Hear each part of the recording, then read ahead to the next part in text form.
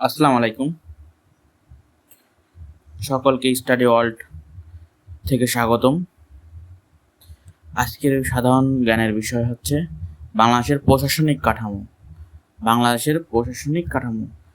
বাংলাদেশে বিভাগ আছে ৮টি, জেলা আছে ৬৪টি, উপজেলা ৪৯৫টি, থানা ৬৫২টি, পৌরসভা ৩৩১টি, ইউনিয়ন আছে ৪৫৯৬টি, গ্রাম আছে ৯০,০৪৯টি।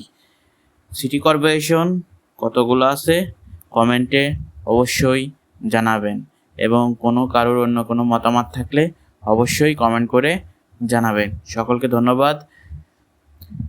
স্টাডি ওয়ার্ল্ডের পক্ষ থেকে সকলকে ধন্যবাদ।